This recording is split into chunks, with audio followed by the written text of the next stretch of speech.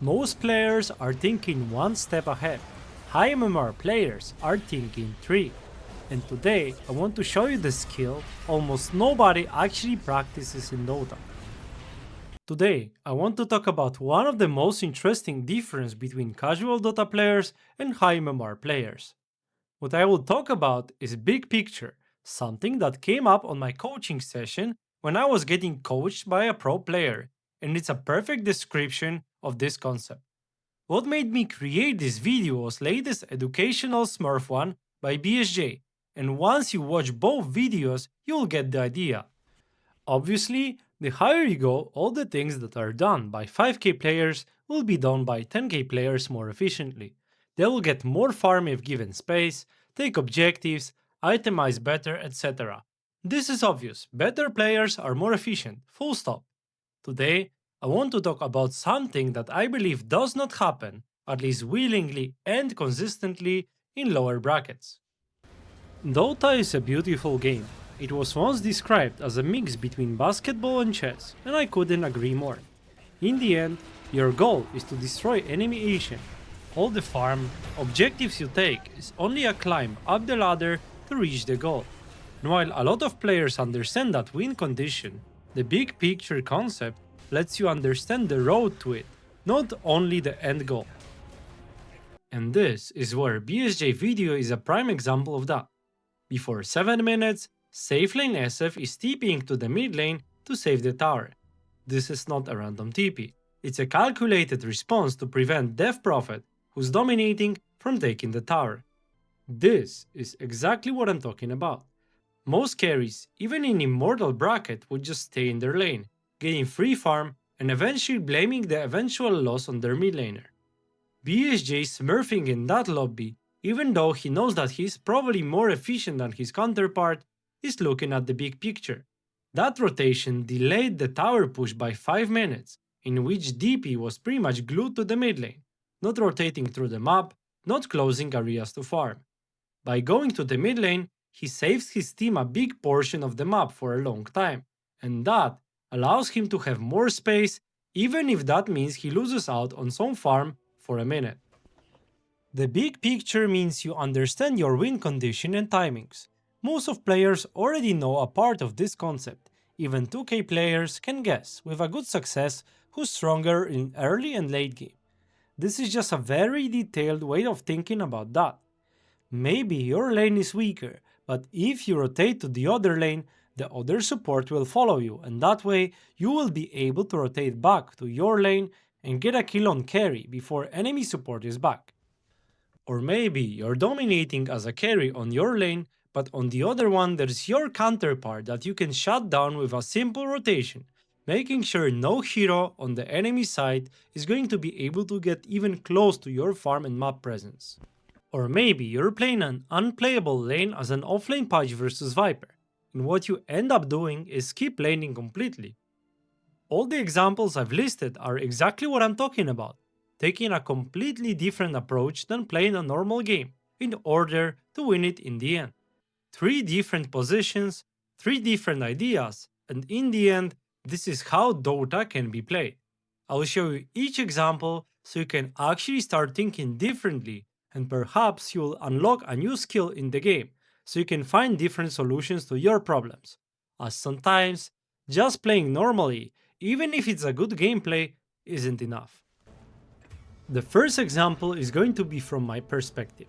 It's a very short game, as we just broke enemies within first 15 minutes. How did it happen? For the start, I will talk about my perspective on what's going to happen in the next 2 minutes. I have a Viper mid versus Tiny, a very good matchup for my team. I'm playing Skyrat with Slardar into SF and Ringmaster, so it's very hard for me to just run in and kill SF. As of now, my Slardar is farming, but once SF gets levels and manages to hit 2 raises on my offlaner, it will become very hard lane for us. I also know that Slardar, once he gets a kill or 2, he's going to be just fine on the lane, even if I leave him. The big picture is for me as follows. Tiny just died to Viper. I know what he's going to do next is TP back to his lane and maybe attempt to kill Viper, as he's quite low. And even though it's quite early, I decide to rotate towards mid. My big picture right now in my head is as follows. My lane is in an okay spot as it will push into Slardar. This is only a short consideration as it's not the big picture. I would still go if the lane was bad. My plan is to go gank the mid lane, as Tiny, if he dies, will be out of TP. That will also mean that Ringmaster or Weaver is very likely to TP and help, even though they can't, but they will, seeing their mid laner is dying again, getting ganked and tilted, while if he actually dies on Tiny, that means he has no TP. And if that's the case, the lane will be free to get experience. So this Ringmaster, if he TPs, he's going to stay there. His mid laner has no TP and experience cannot be wasted. This will open 2 versus 1 scenario for me on the bot lane, and as I said, if we get Slardar a kill, he's going to be fine later on. That will allow us to have easier time killing SF again, and with Viper having a complete domination on the mid lane, he just killed enemy mid laner with no TP, means he's going to open up the tower faster, and that frees him up to rotate to other lanes. It's a huge butterfly effect, but it's basically how chess are played. You are not thinking 1, but 3 steps ahead. And you know what? This is exactly what happens. One simple rotation to the mid lane and everything I described just happens. I can guarantee you, most players would be happy with Viper just winning his lane, not considering how a simple rotation is not there to help him, but rather to force movement around the map, allowing you to kill SF. My end goal was to kill SF, not to get Tiny kill, and by moving around, I gave our team a chance to do so.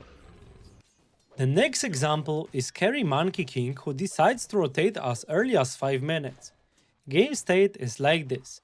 MK is against Legion Commander, he's 4-0, life is good. After killing Legion, he pushes out the lane and sees that Gyro, a pretty weak carry when he gets jumped, is farming deep into the lane. His call is to rotate there and get a kill. Is it efficient in terms of farm? Well, he's going to miss on last hits. However, if we consider a carry to carry matchup, this is a huge swing. For both heroes having a good game, it turns that into him having a great one, and enemy carry just dying. It's not like Legion will magically recover during this time. In fact, Legion player has such PTSD that even while MK is on his safe lane killing carry, he's farming jungle camps. And for a good measure, when Gyro TPs back and goes for Lotus, he even TPs there and gets yet another kill. That means from a decent game, it turns into a disaster for Gyro, and suddenly this game is impossible to win. All it took is some WAP awareness, understanding that your carry pick enables you to do that kind of rotation, and then executing that properly. If his team doesn't grieve him as they let the catapult die, they would also get the tower from this rotation. A total disaster in terms of map presence. This is very similar example to what BSJ did in his video, and in short, it is trading short-term comfort for long-term control. This is exactly what the big picture is about. The third clip is about finding solutions to the problems that most of the players cannot fix.